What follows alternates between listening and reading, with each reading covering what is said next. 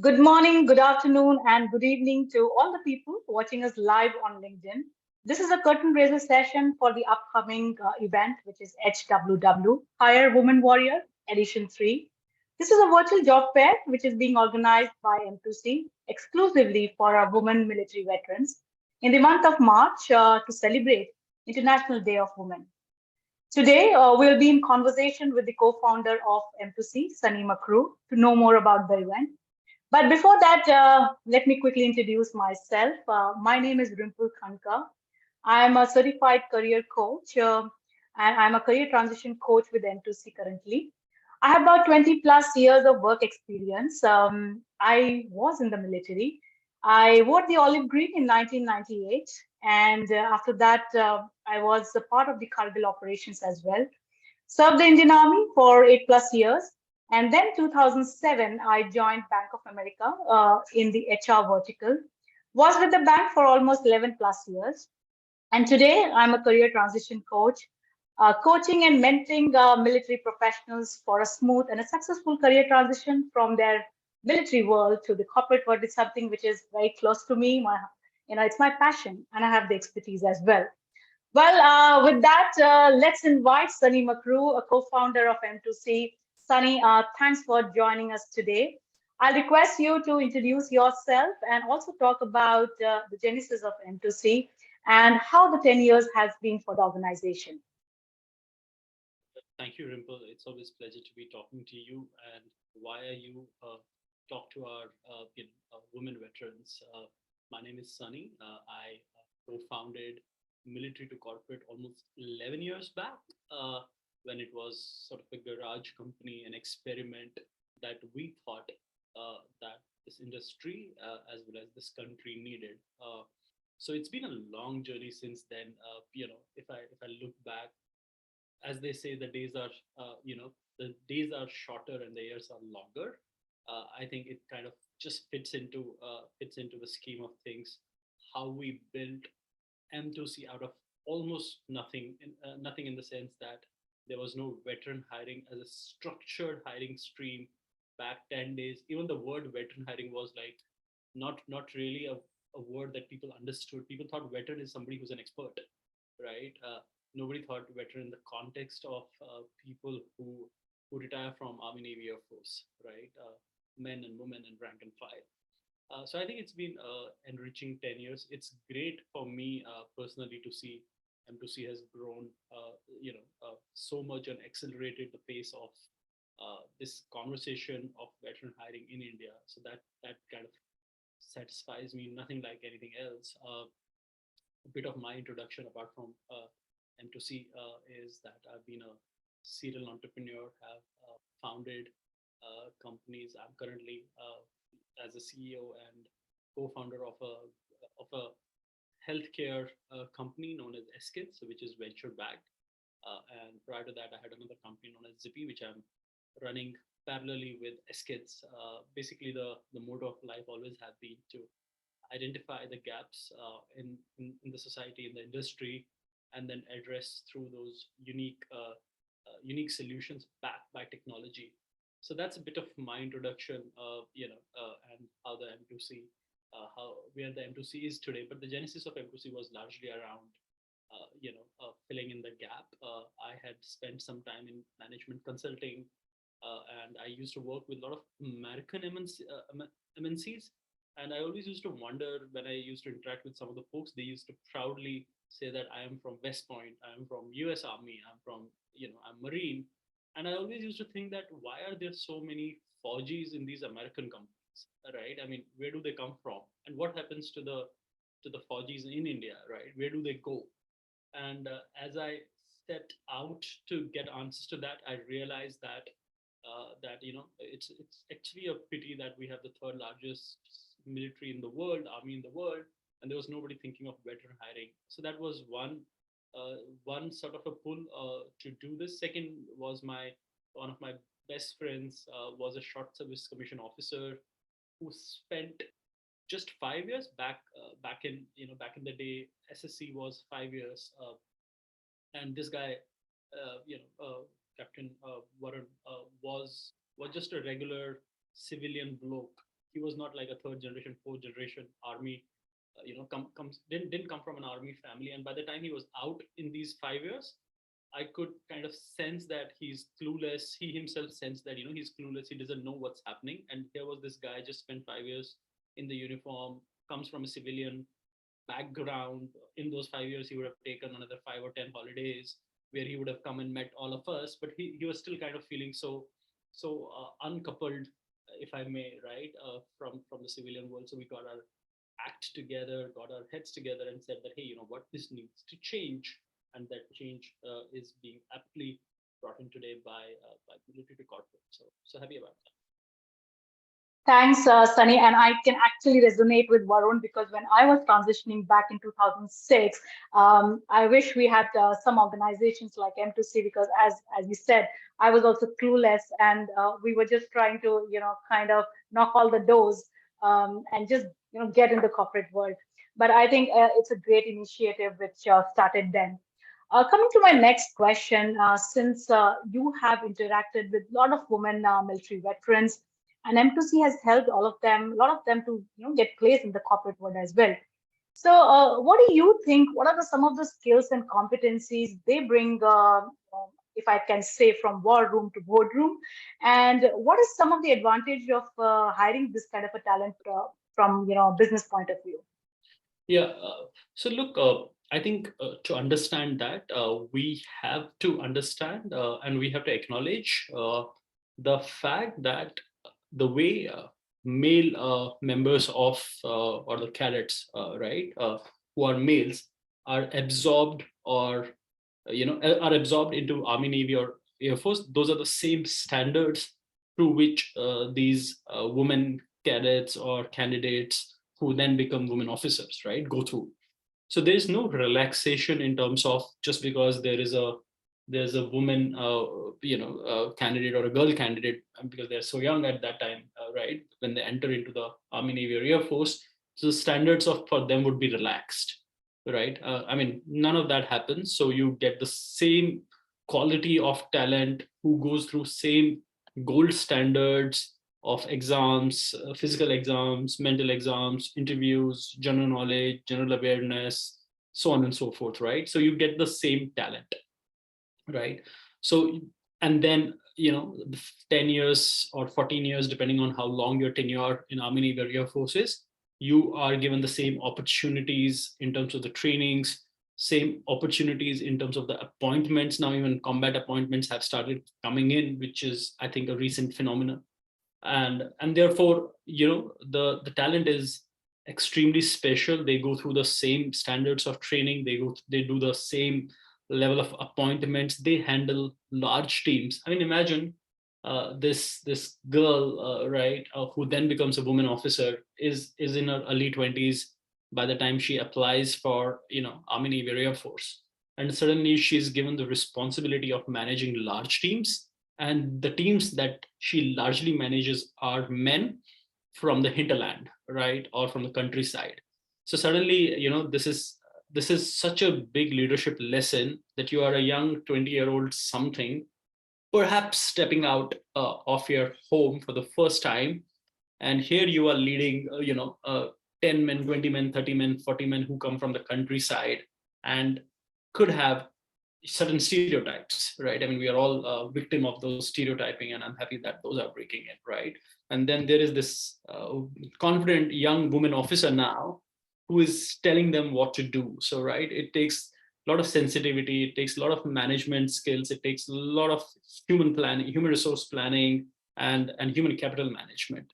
So that happens. They go through the staff appointments, they go through other appointments where they are at par, and I would like to believe that better than their men counterparts, right? And so they develop all these skills. They are just for the ease of understanding, a mirror of the men, but in all sense much better than the male officers in Army, Navy, and Air Force. And I'm sure all of my friends, male officer friends from Army, Navy, and Air Force would not disagree with that. And so, what are the advantages you see from business point of view? Or why should business hire this talent? Yeah, look, the first is purely from the fact that these women veterans can get the job done and can get the job done, very well. Why? Because they have, as I mentioned earlier, they have the skills, both the competencies, the hard competencies, as well as the softer skills that military teaches you, right? On top of it, having a perspective, being a diversity candidate, right, is very enriching because imagine they are a soldier, they are a woman officer, they are military, irrespective of the gender, and they are female, right, irrespective of the military association. So these perspectives, right, make them so well-rounded. They can work in the conditions. They are good multitaskers. They can empathize well. They can lead large teams. They have hard competencies, right? Cybersecurity, project management, program management, supply chain. Obviously, soldierly duties are anyways there. So security, admin, right? Flying officers, so doctors. So there's this whole gamut of jobs that they anyways do in the army, navy, or air force that are portable to the civilian world. On top of it, being such a small minority in a sense of being women and being officers, right, really gives them the edge above any other talent stream, right? I mean, I think these women should know, and I hope they already know that they're very special just by being there, right? Just by being a female or a woman veteran, right? Then only very select few, right? You can sort of kind of count them on fingertips, pass through these rigid exams, because the expectation of the military does not lower its expectation just because they're hiring a new talent stream, right? They in fact may have just raised it a bit, right, just to make sure that these women, these girls back then kind of pass through that gold standard of entry. So they have the hard skills, they have the soft skills, they have led teams, they have the competencies, they are educated, they go through so much of certifications, right? Whether it's supply chain, whether it's PMP, whether it's a whole lot of things that they do within military, and as they are transitioning out, most of them would have done a 6 month sort of a management course, and they come also from varied streams while they were applying for army, right? Some of them could be engineers, some of them could be graduates, some of them could be anywhere between technical and non-technical pathways to the military. So I think they have everything that corporate India is seeking for. And if you're looking for the perfect man, hire a woman from military. Absolutely.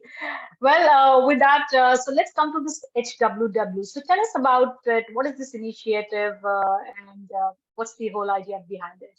Yeah, so HWW stands for Hire Women Warriors, and the need. So as M2C, we've been talking about a diversity hiring, and diversity from a military standpoint could also mean, right? I mean, military as a talent pool itself is a diversity hiring, irrespective of the gender, because it's diverse than the usual rumble and tumble of corporate hiring pathways, right? So that's one. On top of it, it brings in the gender diversity, the women warriors, right? They bring in the gender diversity, right? So while we were talking to them, to the companies, and over a period of last 10 odd years, we would have placed at least more than 100 women veterans, right? Women officers across companies in the roles like supply chain, in the roles like admin, in the roles like HR, in the roles like security, in the roles like hospital management, in the role like doctors and whatnot.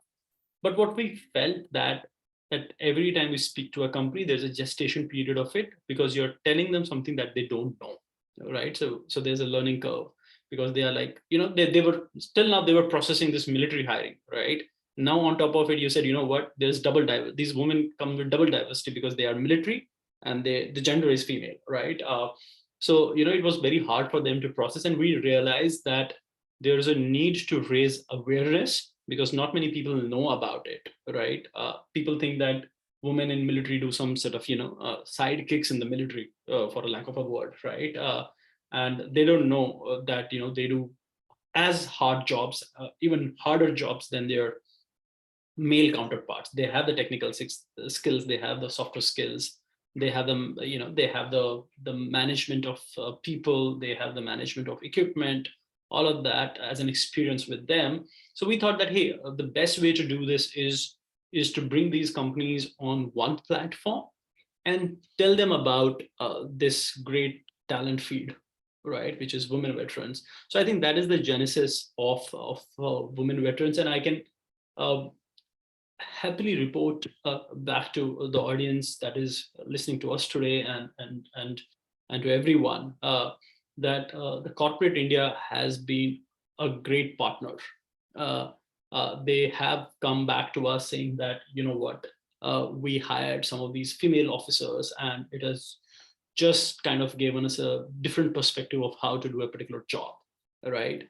And second is the fact that we are doing it yet again, right, proves the fact that it has been successful, right? Proves the fact that there are, I mean, if you just kind of, any one of you go on the LinkedIn and see some of these women veterans where they are working, you would see them doing way better than some of their male counterparts. And I'm not trying to be biased here, or I'm not trying to bash male officers at all. I mean, but yeah, this is a very extremely special talent pool, and it needs that special care and attention from all of us in the ecosystem, us as advisory group and a policy group, and as consultants, as well as the corporates, so that they get to know this talent pool. So that's all HWW is about. It's about to raise awareness. It's about to tell people what it is, what it is about, who the women veterans are and what they can do. And and it's the second chapter, and the first one was extremely successful. I think we almost had 70-80% fill rate in that batch. I'm sorry about this. So all the women, officers who participated did get job offers. Some on the spot, some in few days, but that happened. Great. So Sunny, you were mentioning that there are different streams in the military. So tell us that, from your experience, which are those domains which you have seen women veteran getting absorbed? Is it only the admin and security majorly, or there are other domains as well you've seen, opening up? Yeah. No, you know what, admin and security is not only a limitation for male officers, right? So it's certainly not a limitation for female officers as well, right? So admin and security is anyways a no-brainer, right? It's a low bar. I mean, everybody in the forge is a soldier, and therefore they have a heightened sense of security protocols and security mechanisms. So that kind of just fits in right out of the box. All right, so there is admin, there is security, there is HR. Within HR, there is talent acquisition, there is learning and development, there is org development. Then you have cybersecurity, more sort of technical skills, cybersecurity, engineering, right? And then you have project management, program management, flying officers, right? Pilots, in hospitality industry, in teaching industry, in supply, in sort of academics, in supply chain, in manufacturing, also services sector, of course, in tech sector. So you have all these sectors that are pretty much opened to it. So there's no one flavor that kind of catches it up. There's not even 80-20, right? It's not that 80% of the sort of 80% of the veterans end up in 20% of the 80% of the veterans happen in security. Nothing like that, right? It's sort of very varied, very diverse. It also depends on what this particular woman officer wants to do. Absolutely. I think it's, I see a paradigm shift now, because when I had just got transitioned, that time, the roles which we were being offered was admin, security, or HR max. But now, as you're saying, and with your experience, you're sharing your views, that yes, I also see that there is a paradigm shift where the companies are opening for different roles, be it projects, be it technology, be it of course supply chains, etc. So I think there's a great shift happening. So now, coming to my last question for you, Sunny, here, and this is our third edition of HWC. So what is that, you're getting that sense from the corporate, the feedbacks, and also from the participants. So what kind of feedbacks have you received from them? Yeah, so I think from the corporates, it's been largely positive, and that's why we are doing the latest and the greatest edition of Hire Women Veterans. So I think that kind of just tells you that in itself is a testimonial because it's been successful, because it has been received well from the corporate, and that's why we are doing a follow-on edition as well. So I think that is given from women veterans. What we generally hear is that there's lack of resources, right? And my suggestion to them is that just figure out what you want to do, plan around your career, and if at all women, these women veterans could find and could figure out the groups, right, their buddies in the corporate who could be their senior, junior, etc., who have gone through this journey, then they will be able to cope this transition better because they will have a role model, right? So I think there is a lack of role models also, which is partly because it is a sampling problem, right? There are only so many women, but there are only so few women veterans out, and then in that so few, there are so few which are sort of out in the corporate, right, who choose to pursue a aggressive professional career, right? So I think it's a sampling issue that there is only few, but there are those you should certainly reach out to and act, and use them as a stairway to figure out your own journey. And if you are already a woman veteran who is in the corporate world at some mid-senior level leadership position, please reach out to these women veterans. They need your help, they need your guidance. You could act as a role model to them. They could sort of clunge onto you and use your experiences to carve out a niche path for themselves. So I think that's where we are. That's what this initiative is aiming to do, is to, one, create awareness, two, create opportunities, three, create these support groups amongst women officers, who could help each other in achieving all that they should achieve and all that they deserve. Well, thanks, Sunny. Thanks for sharing details about the upcoming event, HWW. So all the women warrior out there, please do avail this exclusive opportunity. This is happening on 14th of March, right? Spread the word, ladies. This is really going to benefit you. This happens just once a year. So I think this is an amazing opportunity for all of us. So do not miss it. If you're interested, please drop us a mail and register with us. Details will be shared shortly. Thanks, everyone. And thanks, Sunny, once again for coming for this particular session. We are looking forward for more sessions with you. And everybody out there, really looking forward for a great participation from all of you. For now, bye-bye and see you soon. Thank you. Thank you.